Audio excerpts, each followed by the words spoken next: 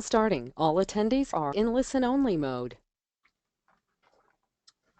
Good afternoon, and welcome to today's program and webinar, part of the highly acclaimed series of webinars that ACP, the Association of Continuity Professionals, presents for its members. For more information about ACP, visit www.acp-international.com. My name is Ed Goldberg, and it's my honor to host today's webinar.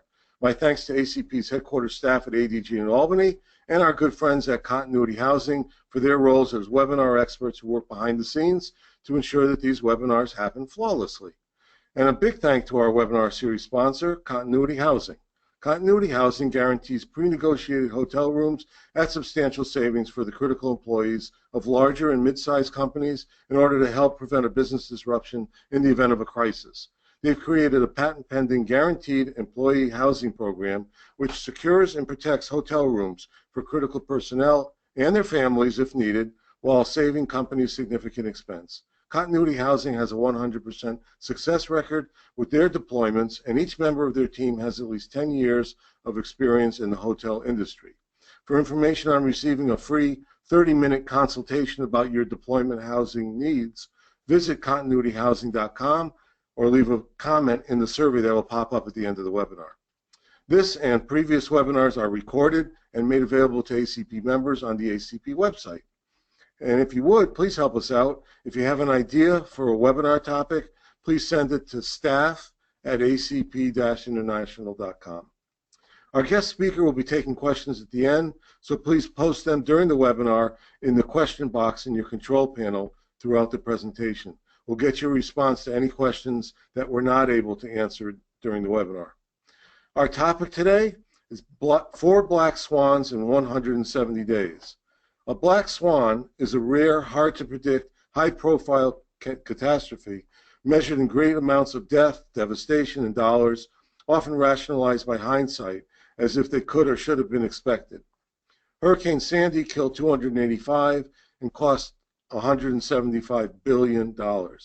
In the ensuing 170 days, we were struck by 3 more disasters.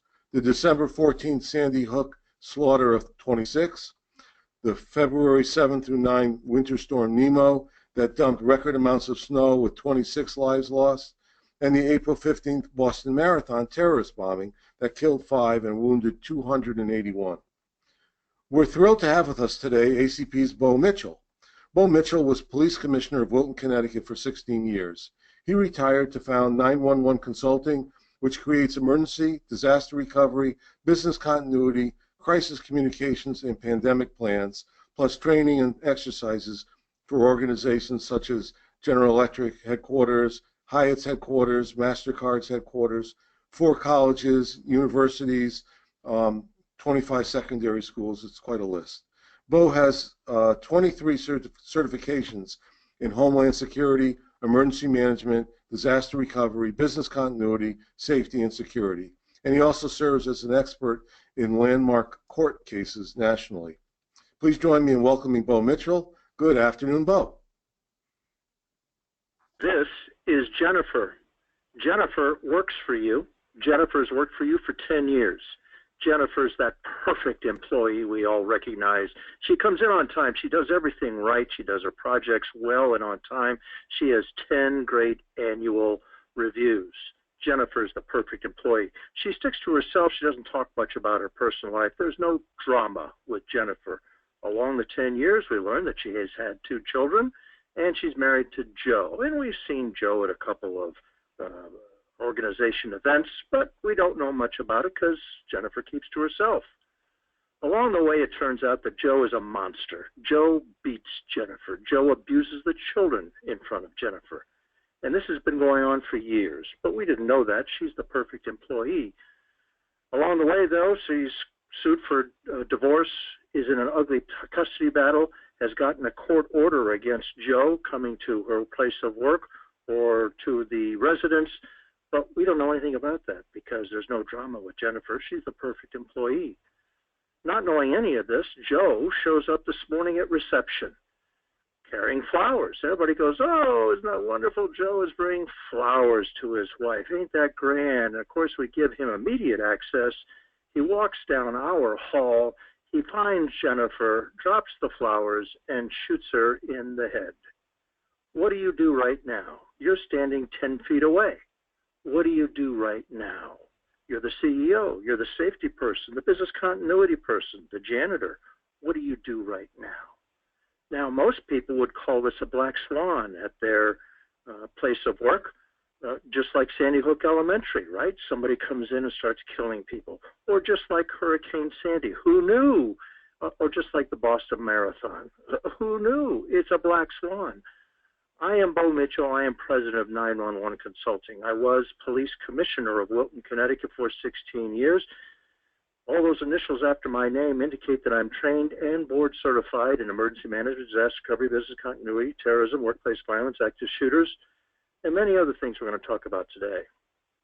I'm also an expert consultant in landmark legal cases with the expected settlements in the billions of dollars against organizations like yours that fail to plan and fail to train. I've been a speaker at all the national conferences you would expect I would be a speaker at. Safety engineers, NFPA, FEMA, OSHA, RIMS, the HR people. I've also worked for a lot of very large corporations across this great land of ours, at their headquarters and, of course, at their offices in the field. And I've worked at 29 campuses across America. Campuses, by the way, to make sure that you don't get to sleep tonight, are the worst prepared organizations in the United States of America. So says the federal government and any expertise you want to talk to. So I don't care if it's public or private schools, whether it's graduate school or pre-K, they're all very, very badly prepared. But let's get back and talk about our 4 black swans in 170 days, from 29 October 2012 to 15 April 2013. 170 days where we had Hurricane Sandy that killed a lot of people and cost a lot of money. Sandy Hook, the massacre there with 27 dead. Superstorm Nemo, which had 26 dead. And then the Boston Marathon with 5 dead and 281. All considered black swans. By the way, we're going to talk about these today in some kind of cold and analytical way. I don't want to be, in doing that, disrespecting any of the victims. That's not our place today. Our place today is to talk about these 4 black swans and what does it mean to us now. What are the lessons learned? What are the insights for action? Insights for action for your senior management. So what is a black swan? Well, there it is, a picture I took of a black swan at a hotel, because they're pretty rare, but there it is, a black swan. So where did this whole discussion come from? Well, it goes back to the 1st century.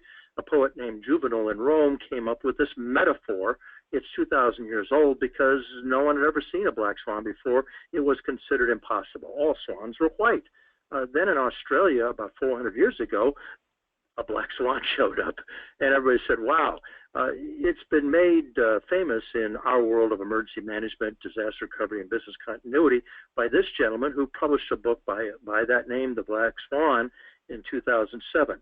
This is hardly of his origin, but he did make it famous and propel it forward as a useful metaphor in our world of emergency management and disaster recovery. So there's our black swan, defined as a incident that has a high death rate and costs a lot of money. Extremely rare. Gee, that would never happen. We don't have to plan for it because, hey, that would never happen. But in hindsight, as Ed said, we should have expected that. I mean, come on, these things happen. So that's a black swan. And my question to you is, do they really exist? As the metaphor, we know they exist as real animals, but do they really exist? So let's talk about those 4 black swans in 170 days. Let's look at Hurricane Sandy.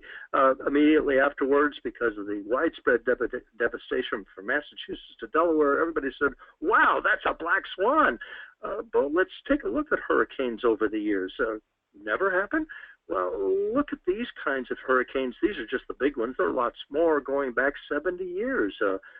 Most of them, certainly all of them on the East Coast, most of them in the Northeast were Sandy hit. With devastating results. I mean, lots of people killed. I mean, Katrina alone, not that long ago. So is it really a black swan?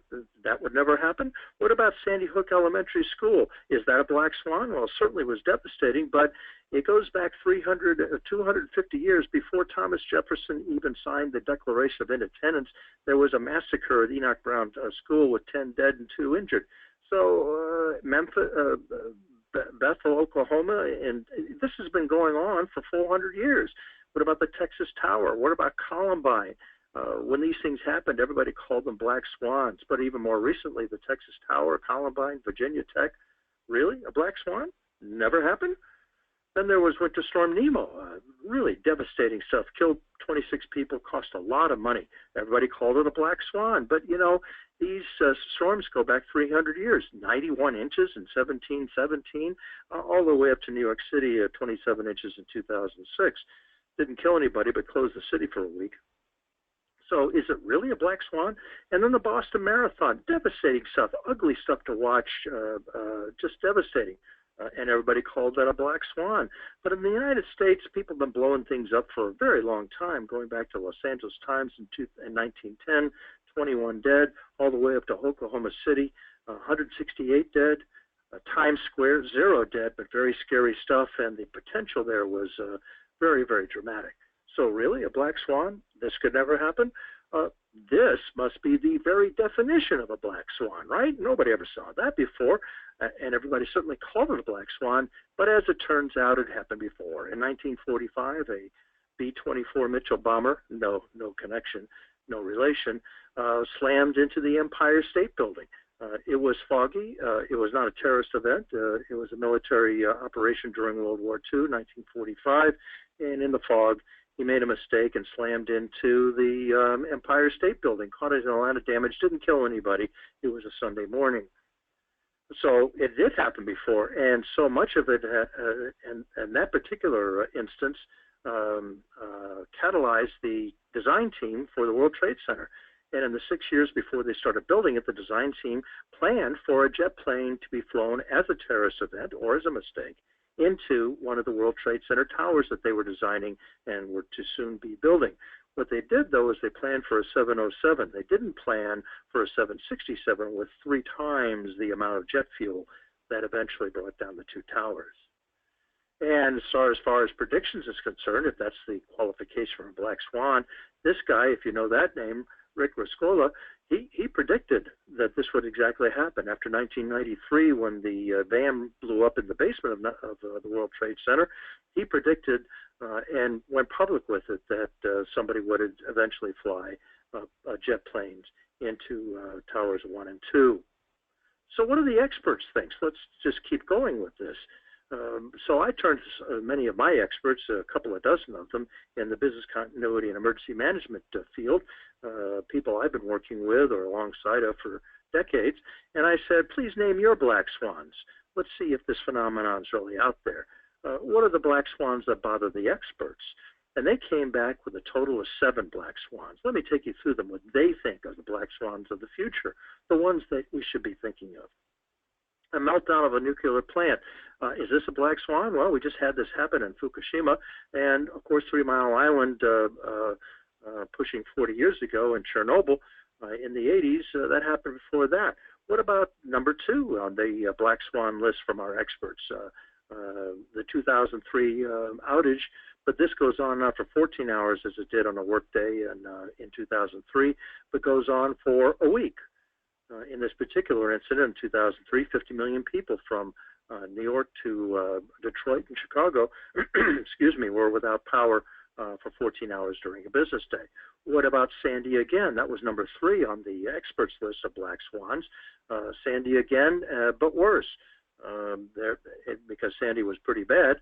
Could that happen again? Well, of course, they're referring to something that already happened and a long list of hurricanes before that. So then there's the volcano ash over the U.S. stopping all air travel, which would be devastating for business continuity for all of us.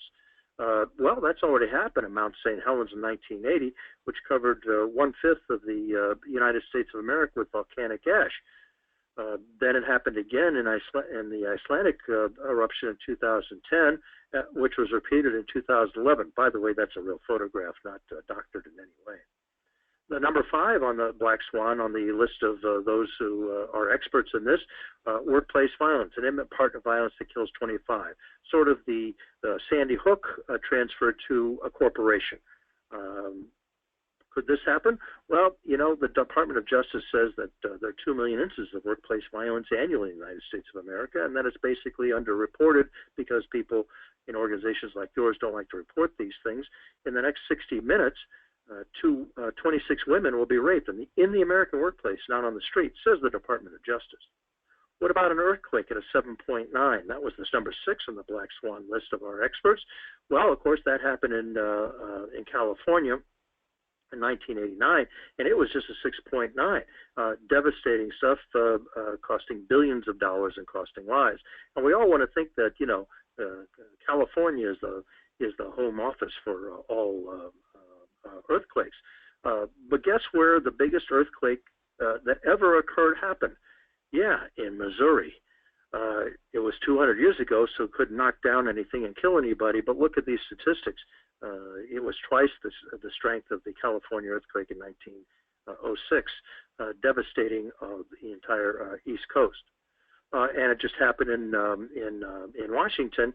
Wasn't much of an earthquake as these things go, around 5 or 4.9 on the Richter scale, but it caused a great deal of upset as far as our infrastructure is concerned.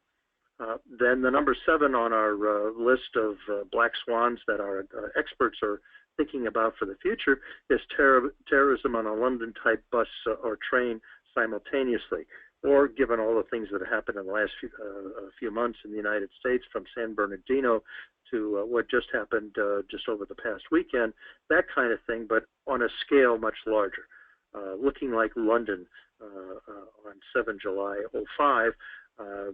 This was devastating stuff. Could it happen again? Well, as we've already seen from Oklahoma City to New York City, these kinds of incidents are well recorded.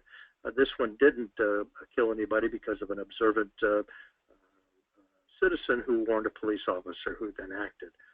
By the way, the New York City Bomb Squad gets 6 real deployments every day, every work day in New York City. They get 100 phone calls, 6 of which they determined to be worthy of their response, and they send the whole thing out just like in Hollywood with the 2 black vans and the helicopters, 6 times a business day in New York City. So these are the black swans our survey of business continuity and emergency managers came up with. Are all these black swans? Do black swans really exist? Well, in my opinion, black swans are BS. We shouldn't think about black swans. We shouldn't even identify them. There really are no such as black swans. What is out there is a major phenomenon about all of this, about all of these emergencies talking about, is denial. It just won't happen to me. Let me quote somebody who's very famous in an emergency. In all my experience, I've never seen any accident of any sort. I've seen but one vessel in distress in all my years at sea. I never saw a wreck and never have been wrecked, nor was I ever in any predicament that threatened to end in disaster of any sort. This from the captain of the Titanic 4 years before he sank in the North Atlantic. This is the kind of thing that's going on in too many senior management's head in our organizations in the United States of America. And to bring it more up to date, this is the Taj Hotel in Mumbai, the attack in 2008 with 164 dead. There was no high-tech attack here. They used hand grenades and automatic rifles, nothing terribly sophisticated, no bombs or pressure cooker this or anything. They just walked in there. And what was the reaction of the chairman of the Taj Hotel? All of our arrangements were in the front. This is the kind of thinking we have going on in way too many businesses, high-rises, campuses across America. So all of this brings us to the discussion of, do you have an emergency action plan, a term of law?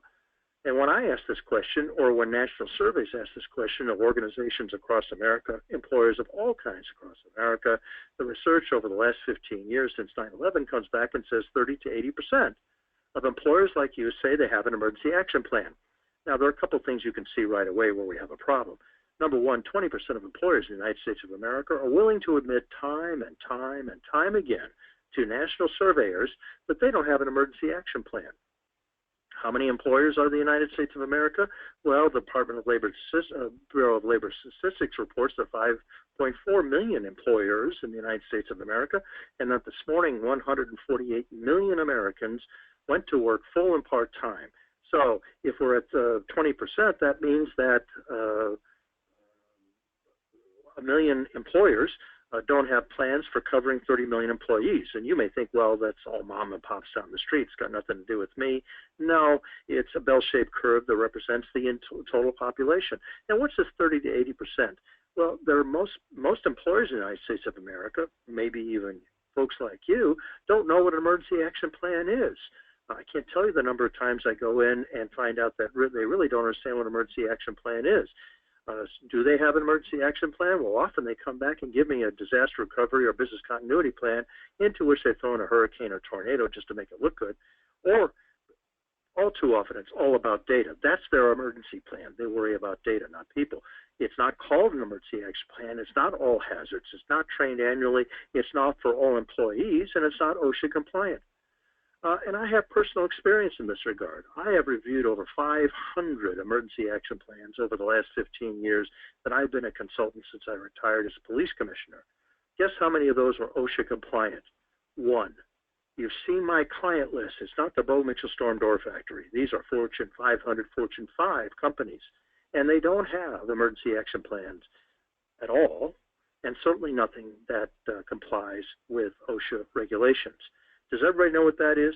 Well, that's the state of the art of emergency planning in the United States of America. In fact, I can guarantee three things in life: death, taxes, and you don't have an emergency action plan that complies with OSHA and the national standard. So the first question I get asked when I walk into any facility is, tell me what's required by law. And my response is, OSHA is not a town in Wisconsin. OSHA is the Occupational Safety Health Agency in Washington, D.C., which has been writing regulations for emergency plans for the kinds of emergencies we're talking about, and has been writing them for 45 years, which brings us to 1910.34. 29 CFR. CFR stands for Code of Federal Regulations, 1910.34, which qualifies who comes under the regulations. And that says that 1910.34 through 39 apply to workplaces in general industry, that's all of you, except mobile workplaces such as vehicles or vessels. So unless you can put your building on a boat or a truck tomorrow morning, you're subject to 1910.34 through 39. And 1910.38 is an emergency action plan, and 1910.39 is the fire prevention plan, required of every employer in the United States of America without exception.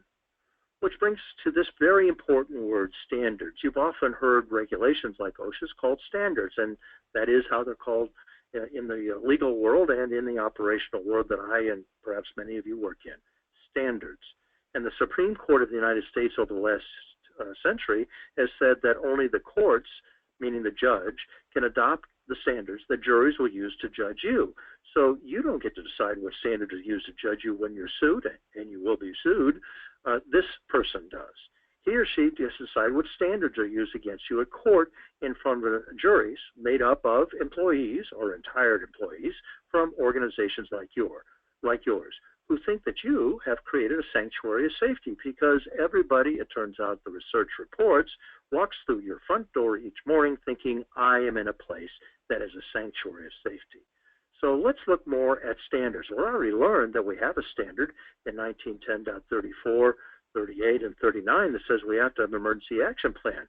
And then there's the National Fire Protection Association, which has been around since 1896, and in the ensuing 120 years has written 300 standards. And these standards make up your fire codes in every one of your 50 states. Every one of the 50 states adopts NFPA as their standards, those 300 standards. Their standard on emergency management, disaster recovery, and business continuity is an FPA 1600, which you can download off the internet for free. It's the only one of their standards that is free, and copyright free. You can use it any way you want to. Why is this free? Because it is the Bible for all emergency management, disaster recovery, and business continuity. And if you haven't read this, you ought to download it, curl up in front of the fire tonight, and read all 54 pages, because it's all about you. NFPA 1600 has been recognized by the Congress of the United States twice since 9/11 as the standard to be used for all emergency planning in every employer in the United States of America. And then there's these two states, Florida and California, both of which has promulgated in their fire codes NFPA 1600 as a shall, not a should. Now, why is that important to us? Well, Florida and California, these are the places all bad things happen: hurricanes, sinkholes, wildfires, earthquakes. These two states have everything bad happens in Florida and California. Florida and California are the on-ramps to the apocalypse. Everything bad happens there. And guess what? 59 million Americans live in these two states. 1 out of 5 Americans live in these two states. So when they sit up and say, this is how we roll, everybody else looks at it very, very carefully, as does the fire department in the city of New York, the best fire department in the world, which changed all of the rules after 9/11, and for the last 10 years has administered the most robust emergency planning law in the world. Their inspiration, NFPA 1600. Then there's the Department of Homeland Security, which as of 2012 promulgated new regulations covering employers just like you. Guess what their standard is for their regulations? NFPA 1600. Then there's Standard & Poor's, the people who set your credit rating, which again, as of 2012, have adopted new audit procedures for every company, every employer that they review or audit for a credit rating. Standard & Poor's uses this word a lot. They believe in resiliency. How quickly can you come back from an emergency to pay your employees, to pay your bills, to earn revenue? Shouldn't that be part of their audit of you regarding emergency management, disaster, and business continuity? Their standard is NFPA 1600. Then your state and city fire codes kick in afterwards, all of which have adopted NFPA 101, the Life Safety Code, which, by the way, is a copywritten locution from the NFPA. It has been for decades. So all of these very important third parties think that you ought to be using NFPA 1600 to take care of planning for each of your facilities. So OSHA says you shall create and train plans, and NFPA 1600 says the content shall be all hazards. What does that mean, all hazards planning? Well, this is not your fire plan or your weather plan. This is not your father's fire plan, and it's not just about fire and weather. It's about all these things. Now, I hate putting up slides like this. Way too much information crammed into a small piece of real estate. That's my point. There's a lot to be done. Curl up in front of that NFPA 1600 on page 14. You will find all of these things that you're supposed to be planning for. Now, maybe you've done some planning. Maybe you've done these things. Let's say you have. Probably not, but let's say you have. They look pretty lonely when you stack them up against the standard to which you will be held at court. And then there are all sorts of federal regulations on special needs personnel, we used to call them disabled, visitors, contractors, headcounts, training, all a function of federal law.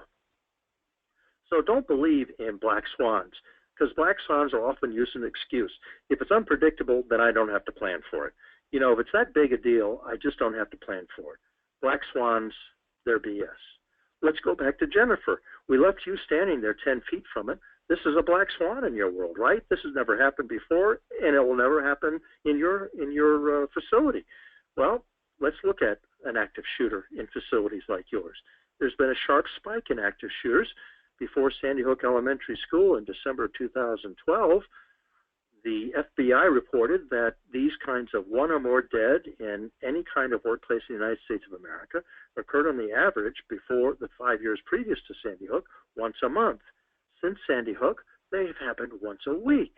So they've quadrupled in 2013, 14, 15, and the first half of 2016. They've quadrupled to once a week. Actually, they're at one occurring every 6 days. When they happen now, we don't even pay any attention to them. They don't get reported unless it's real near you, wherever your facility is, or the body count is very high. So let's look at some examples. This guy killed three people at a UPS facility in Birmingham, Alabama. That's a picture of the perpetrator. This young man went into FedEx, 1 dead, 6 wounded. This guy was fired one night at the NASA facility in Houston, Texas, lost all of his credentials, came back the next day. The employees hadn't been told by their employer that he had been fired, so everybody held the door open for him, even though he had no more credentials to get inside. He went up to the 2nd floor and killed the 2 people who fired him the night before. So, ladies and gentlemen, here it is. The guy on the left looks like your son. The guy in the middle looks like your brother or your husband. The guy on the right looks like my 9th grade English teacher. This is the face of active shooters and workplace violence in the United States of America. white middle-class Americans killing white middle-class Americans in organizations owned or operated by white middle-class Americans. God bless America. So let's go into the research done by the NYPD and the FBI. Both agencies have looked at hundreds of these active shooter situations, the things that you think are black swans. I say active shooter and you say campus, and you'll be right 29% of the time. 71% of the time, they're happening in workplaces just like yours. So can this be a black swan? If it's happening in 71%, and by the way, they're all workplaces. Campuses are workplaces by law before they're campuses. A church is a workplace by law before it's a church. A mall is a workplace by law before it's a mall. So there he is. How do we train for this? We can plan and train for this. We do it all the time. I like run, hide, fight. There are other ways of doing it. The run, hide, fight is one I like best because it complies with the laws of three, and I can remember this. Everybody can remember this because we can't go to, as you're standing 10 feet away from your black swan, Jennifer being shot in front of you 10 feet from you, you can't go to a training manual or turn to somebody important in your organization to find out what to do. You have to respond in 1 second. I say active shooter, and you say lock down. What about the run part? If we can get away from the guy with the gun, then we should, because we see him on the other end of the hallway moving away from us, or is on a different floor because we've been alerted as to what's going on. Then there's hide, which almost always means a lockdown. Now, in a traditional office situation, a lockdown will look like this: door closed, barricaded, and hiding under the desk out of sight. But does that work here? Does that work here, or here, or here, or here, or here, or here, or here, or here, here, here? So this is complicated stuff, and it has to all be very tactically addressed. Everything site-specific. If I can't run and I can't hide, do I have to fight? Are we in the business now as employers teaching our employees unarmed to fight a guy with a gun who's coming to your workplace, your black swan? Well, welcome to 2016. If they've quadrupled to once every 6 days in the United States of America, they are a foreseeable circumstance that's growing rapidly, way too rapidly. So your lawyer will tell you, yeah, you have to plan for this, and you have to tell them how to fight. You can't leave it up to the employee to make this up as they go along. The employer has a duty of care to keep everybody safe. The employee has no duty of care. So yes, you have to teach your people how to fight a guy with a gun, if indeed that is their last resort and they have no other choices. All of this has to be planned and trained for each of your facilities. Now here's your desk. You may think, well, there are no weapons there for me to fight with when this black swan approaches me. Well, if you look at it through my eyes, there are lots of things to fight with there. But none of this is apparent to your employees unless you have a plan and you train those employees. And then you also, as an employer, have to know what your police department's active shooter protocol is. Every police department in the United States of America has an active shooter protocol. From New York City with 35,000 sworn officers to Tupelo, Idaho with a county sheriff, deputy sheriff, 2 hours out from your facility. Everybody has an active shooter protocol. Every police department has one. I can tell you what the first part of that active shooter protocol is. They're usually a 10-page discussion here. I'll give it to you in 3 sentences. Go into your building, find the guy with the gun, kill him. Precisely what we want them to do when we dial 911.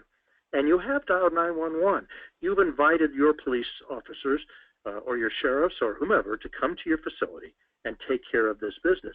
Thus, you have to know what that active shooter protocol is to work with them. This is your black swan. You have to know how to do this. So these guys show up, most of them males in their 20s and early 30s, high on testosterone and adrenaline, carrying automatic weapons, looking for a guy with a gun. Okay, so now we have a pretty dangerous situation, a combat situation, going on site in your building, in your space. You're supposed to know how to coordinate and work with these people. And you have to train your employees to do this because it isn't just about you. It's about everybody in your facility, including your visitors and contractors. Please understand the active shooter protocol means that as these guys are moving through your facility, they are not priests. So if somebody's blubbering or terrified and screaming, these guys are going to ignore them. Please don't yell at these people. Please don't grab at them. Unfortunately, this happens all the time because employers like you have not trained your employees to understand this is what they have to do. You could be, please understand that not only are they not priests, they're not EMTs. So if you're literally bleeding out in front of them on the floor, they will step over you and keep on moving. Why do they do this? Because they're looking for the guy with the gun to kill him so they can stop more bleeding and more blubbering. But you have to tell your employees this is what's going on so they understand how to cooperate and work with them to facilitate their active shooter protocol. And then everybody's going to be asked to put their hands up. This is a business in the Midwest last year. Why are we putting their hands up? Because the police department don't know friend from foe, and they have to identify friend from foe. So everybody is going to be considered a suspect. Everybody's going to raise their hands. These are real active shooter situations that I've given you images on. Everybody has their hands up. Have you trained your employees to do this? Because you're going to have employees saying, you can't tell me. Yes, we can, and we will. And you will comply or you will be arrested. Because everybody's scared, and these guys are running around carrying automatic weapons. This is the way it looks like in an active shooter situation at a facility just like yours. Here's an active shooter situation in California. You can see from this image that this employer is negligent, hasn't trained their employees regarding the active shooter protocol. How can we tell? Well, this woman's carrying a bag in which can be concealed a revolver or a pistol or an explosive device. She should have known that she can't carry this. She will move, as you can see the yellow tape here, she will move 10 more feet, be confronted by a police officer carrying an automatic weapon, and she will be ordered to drop it and abandon it. You can't tell me, yes, we can, and you will abandon it, and it will be searched without your presence or your permission. That's the active shooter protocol. You haven't explained this to your employees. This woman here is carrying her cell phone in her hand because she thinks it's a constitutional right to carry a cell phone wherever she wants. No, it isn't in the Constitution, and no, you can't do that. Why? Because to a guy high on testosterone and adrenaline carrying an automatic weapon, this looks like a pistol. Oh, you think that that's silly or over the top? Well, it's already happened in New York City and other jurisdictions where people fail to surrender or drop their phone, and they've been shot in the chest and dead before they hit the ground. This has already happened. And that's what it looks like to a guy who's trying to operate in minutes in a very scary situation, high on testosterone and adrenaline, carrying an automatic weapon. This guy thinks he's on a break. This is not a break. We're not having fun today. This is not a fun situation. This is very serious business. But this employer hasn't trained their employees as to how they're supposed to cooperate and work with the police department when they come on board. And here we go. Look at this image. This is a university, not this winter, but the winter before. Thousands of people on this, staff, students, parents, visitors, contractors, thousands of people going through a real active shooter protocol after a real active shooter has gone on their campus and killed people. Take a look at this image closely. Here, male staff and students lined up for hours with their hands up, only so many police officers and thousands of people to be searched. Being searched by this detective in plain clothes, he's the one with the automatic weapon strapped across his back. Being supervised by this guy in full tactical gear, carrying an M16 automatic weapon, cocked and locked with a selector switch and automatic, supervising this whole operation for hours. This line here are female staff and students lined up for hours with their hands up. We're an equal opportunity employer. Being searched by a female detective. Now, this is not a TV pat-down. This is an intrusive, humiliating search everywhere on your body to make sure that you don't have a weapon and you're not one of the bad guys. Will this happen at your facility? Yes, it will. This is the active shooter protocol. Did you know that? Did you plan for it? Have you trained your employees? This is your black swan. So what's the biggest threat here? Denial. These things just won't happen to us because we're nice people and bad things never happen to nice people. They only happen to them, whoever them is. Great plans are a smart thing. Training is everything. If we don't train these things, get the words off of people's heads, then we will fail. Which brings me to this iconic photograph, the so-called miracle on the Hudson.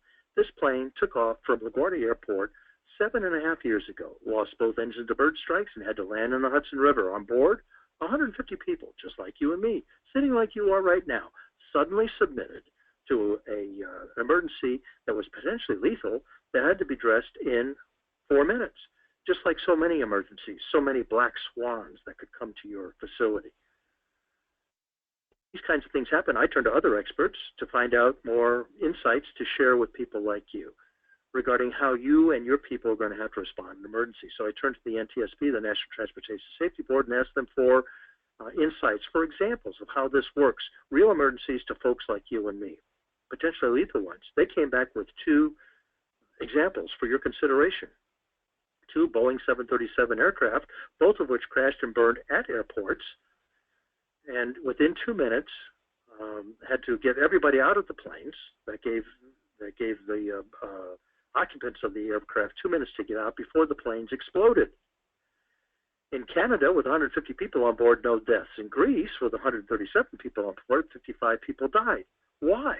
Same aircraft. What's the difference here? Same aircraft, same crash and burn, both at airports, both giving occupants 2 minutes to get out before this happened. Well, the NTSB, which has looked at every plane crash in the United States for the last 50 years, came back with a written analysis for your consideration. And the non-fatal crash, just about everybody on board was a frequent flyer, frequent business flyers who had for scores, if not hundreds of times, been told by the flight attendant at the beginning of the flight what to do when the plane crashed and burned. And then they went ahead and did it. Unfortunately, in Greece, everybody were first-time flyers. Every passenger on board was a first-time flyer.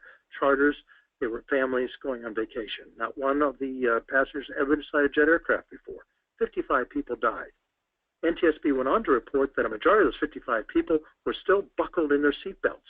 So frozen were they didn't know how to respond, to start a response, to save their own lives, the lives of family members sitting next to them. So what happened on the Hudson was not the result of a miracle, it was the result of training. People were told what to do before the emergency occurred, and then they went ahead and did it. Please remember the American military motto. We don't rise to the occasion intuitively during an emergency. I'm going to burst your bubble, Bruce Willis does not exist. The idea that the untrained visitor who happens to be in your facility when the emergency occurs suddenly rises up and saves everybody's life is pure Hollywood, total fiction. Fun movies, total fiction. We don't rise to the occasion. We sink to our level of training, and untrained, we just sink. OSHA says that training is mandatory of all personnel in a classroom, annually and at hire, by a qualified trainer. Their word, not mine, qualified by experience or training. So if you haven't done this in a classroom in the last 364 days with all of your employees, you haven't complied with OSHA regulations. You haven't complied with the law. On-screen training can supplement, says OSHA. It can never substitute for the annual classroom training. And then I hear this, employees hate this stuff. Total bogus, total myth. This is senior management in denial. We'll scare them. They hate this stuff. No, they don't. How do we know? We have a long parade of national surveys asking employees like yours in facilities just like yours, what's the most important issue at work? 85% continually and consistently come back and say that safety is the most important issue at work, beating out all the things I would thought would be number one. These were distant number twos. There was nothing above 50%. These were distant. There was no number two. Safety was the most important issue at work. These are your employees talking to you. I have trained 27,000 employees over the last 15 years, employees like yours in workplaces like yours. I give out a survey at the end asking them if they are now confident they know how to respond to any kind of emergency, all hazards planning and training, in their facility. 98.5% of those employees came back and said, I am confident or very confident. I know how to respond to an emergency in my facility now. Now, we know, ladies and gentlemen, this level of confidence isn't because of my boyish charm. We took the scary out of the discussion.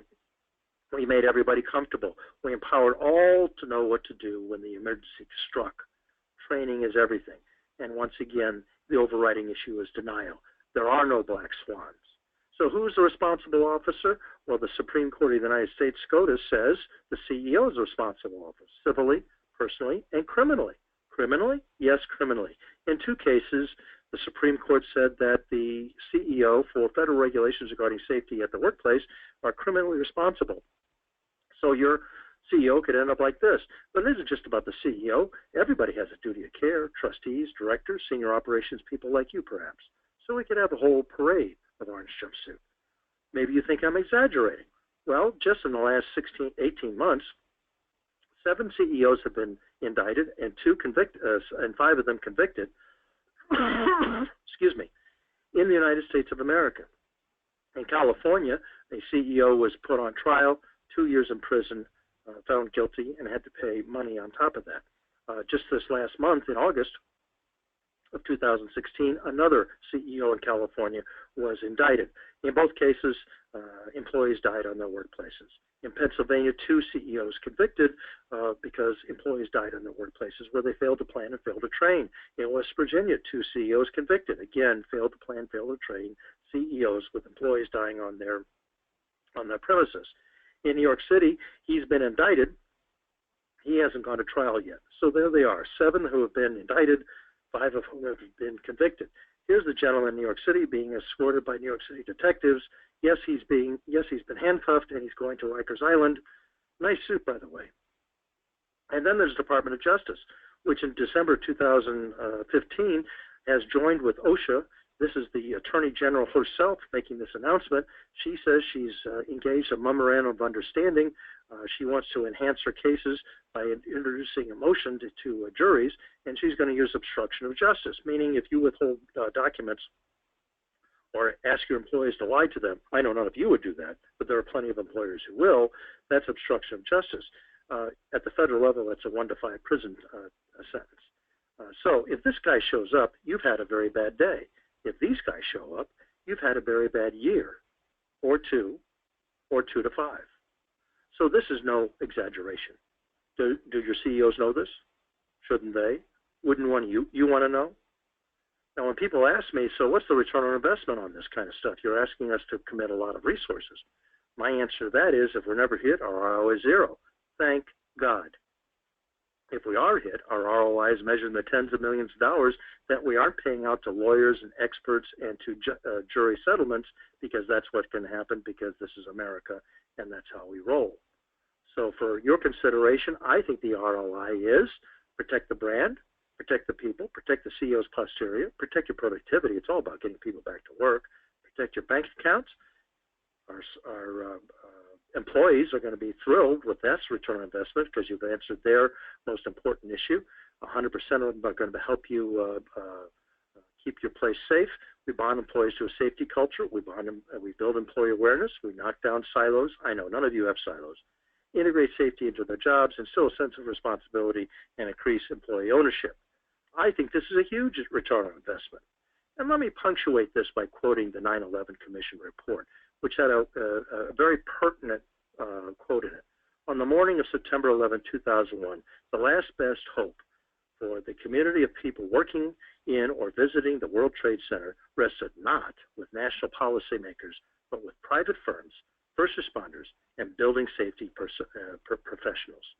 So this is where the rubber meets the road.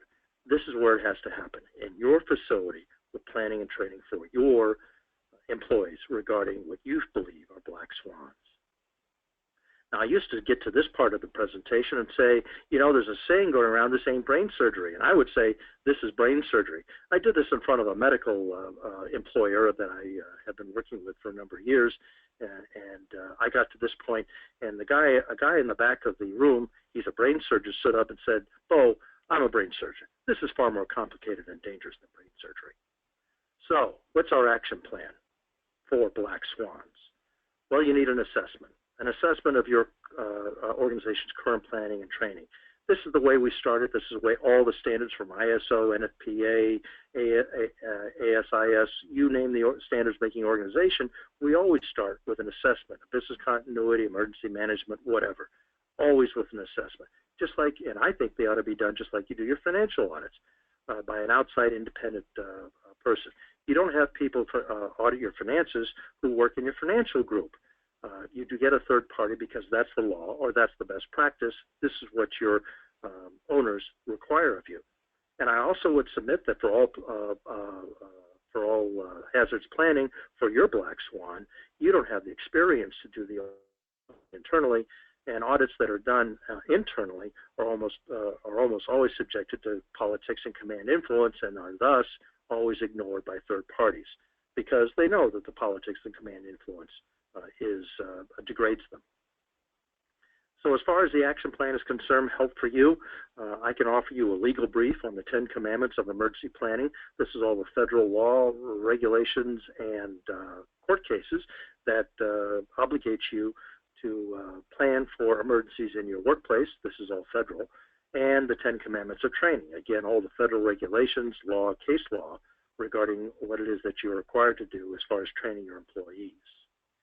So there it is, ladies and gentlemen, 4 black swans in 170 days, and what it means to you, the lessons learned.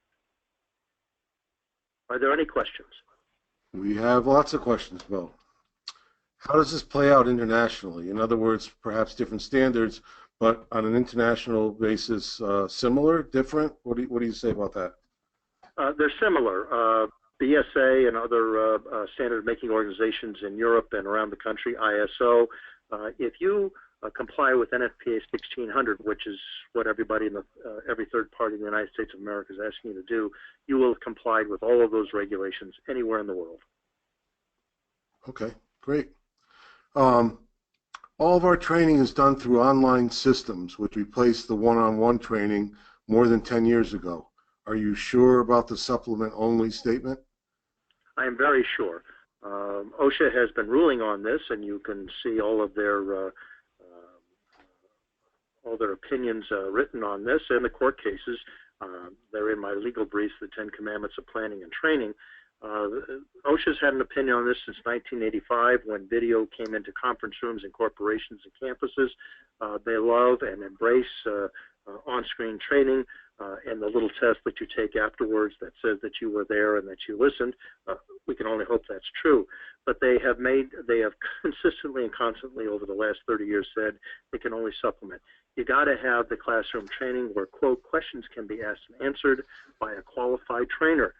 No, you can't. I've had clients say, well, can I videotape you doing your training on all hazards and then send that out in the field? And the answer is no. It has to be site specific, and you have to be able to give the employees the opportunity to ask questions and get them answered. Can I do that over an 800 number? They've got an opinion on that too. No, you have to have classroom training, and it makes sense. You got to get the words off of paper in people's heads. How do you do that? You put them into a room and you train them. Okay, great. So you're saying that there's no such thing as black swans, and I use them as a crutch to say we can't plan for this because that'll never happen. Precisely. It is a crutch in so many places. Well, if it's just too big and too complicated, then it isn't my problem. Yes, it is. It is your workplace, and the law, federal law and state law, doesn't matter where you are, says you have a duty of care to protect your people. This should be no surprise. It seems to surprise some. It shouldn't be. Of course you have a duty of care to keep your people safe. And the employee has no duty of care. It's always on the employer, and essentially duty of care means that everything that happens on your premises is your fault. It may be other people's fault too, but you are the primary person who has the duty of care to keep everybody safe. I'm surprised that CEOs are going to jail. How often does that happen? Well, as I just said, it was rare before 2015, but now it's happening.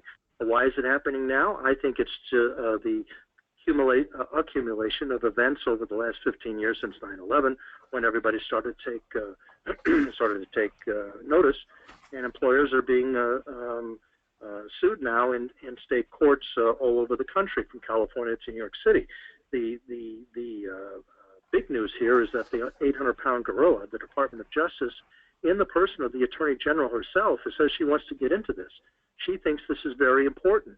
And OSHA didn't reach out to her. She reached out to OSHA, and she wrote the Memorandum of Understanding. This is this is the 800-pound gorilla in the room. You can perhaps play with your local OSHA office, but when you have the Department of Justice coming after you, there's an attitude and all sorts of resources. You know, you can run, but you cannot hide from them. So if they're on the job looking at these things and looking for cases in all 93 jurisdictions across America, that should very much concern you and your CEO. Great. All I care about is an active shooter. Why can't you or my police department come in and make that right this afternoon so I can be done with it? Well, I can come in, but your police department probably isn't. Police departments and fire departments, when you sit down to them, as we always do when we do an assessment appropriately, the first thing they will say to us before we even get started is their disclaimer that they are a response agency. We are not a planning and training agency. Our job, the reason you pay taxes and you pay our salaries, is to respond to an emergency. You dial 911 and we come. We put out the fire. We get the guy with the gun. And then we go back to the station and wait for the next 911 call. So we don't plan and train for your organization. That's not our duty of care. That's your duty of care, and they're well familiar with the role that they have to play. Also understand that even if you have a great relationship with them, if they do it for you, then they're going to do it for everybody. They don't have the manpower and the resources to do that, and it is your responsibility, not theirs. Now, maybe you have a great relationship and you can get some sergeant or lieutenant to come in and work with you for an hour. They may call it training. It really isn't. They're telling you what their active shooter protocol is in this particular case, or how you're supposed to respond to workplace violence. But that's all about how they respond appropriately. You've asked them in, and they're going to tell you how they respond. This isn't telling you anything about OSHA, your duty of care, how you have to go through an alerting process, etc. This is all on you as the employer. This is not their job. This is your job. Do you want to call them and work with them? Of course. Can they plan and train for you? It'll never happen. Okay, good. What best practices, or how have you seen success with employers getting their employees to go to training? Because some folks have expressed that they've had a problem getting people to training.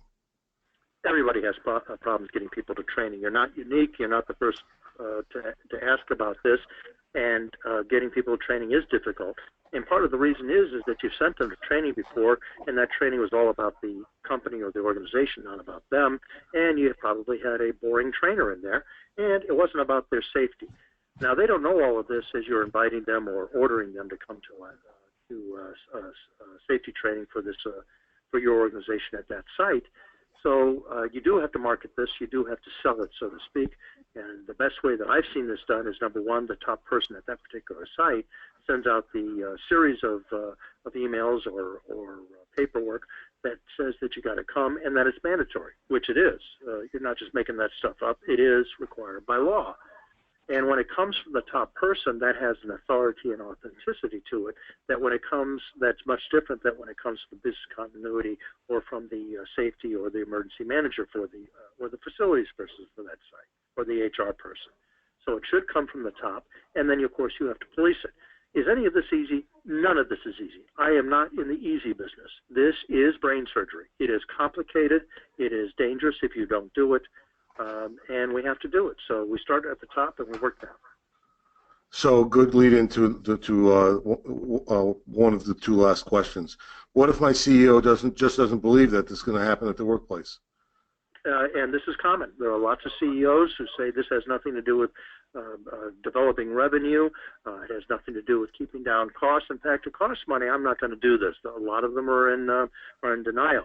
I think a reminder that indeed they're the responsible party and that there are stupendously complicated consequences if the CEO doesn't do this right, because that's whose head is going to be on the pike, so to speak, when the time comes. They're going to go after the CEO, not you and me.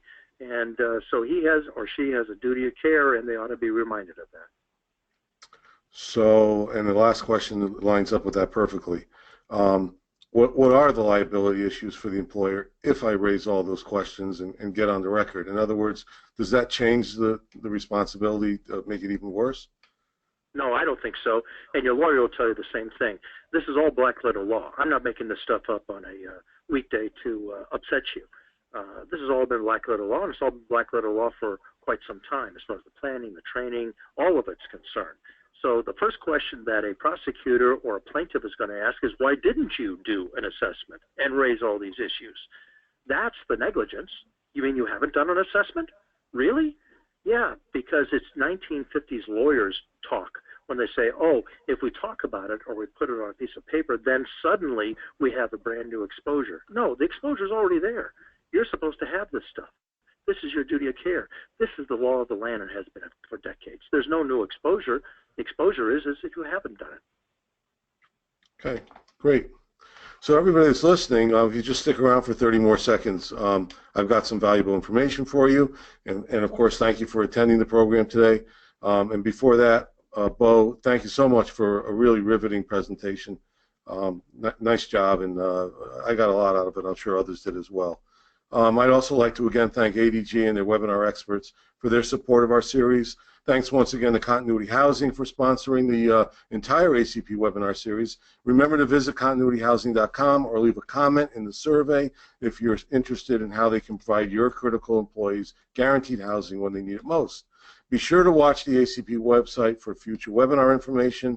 And as a reminder, this and previous webinars are recorded. They're made available to members on the ACP website. And finally, and this is a key point, there's a very brief survey that will pop up when you close your browser. Please take half a minute to answer the questions. That helps us refine these productions, get topics that are of interest to everybody. Bo, thank you again, and everybody, please have a great day.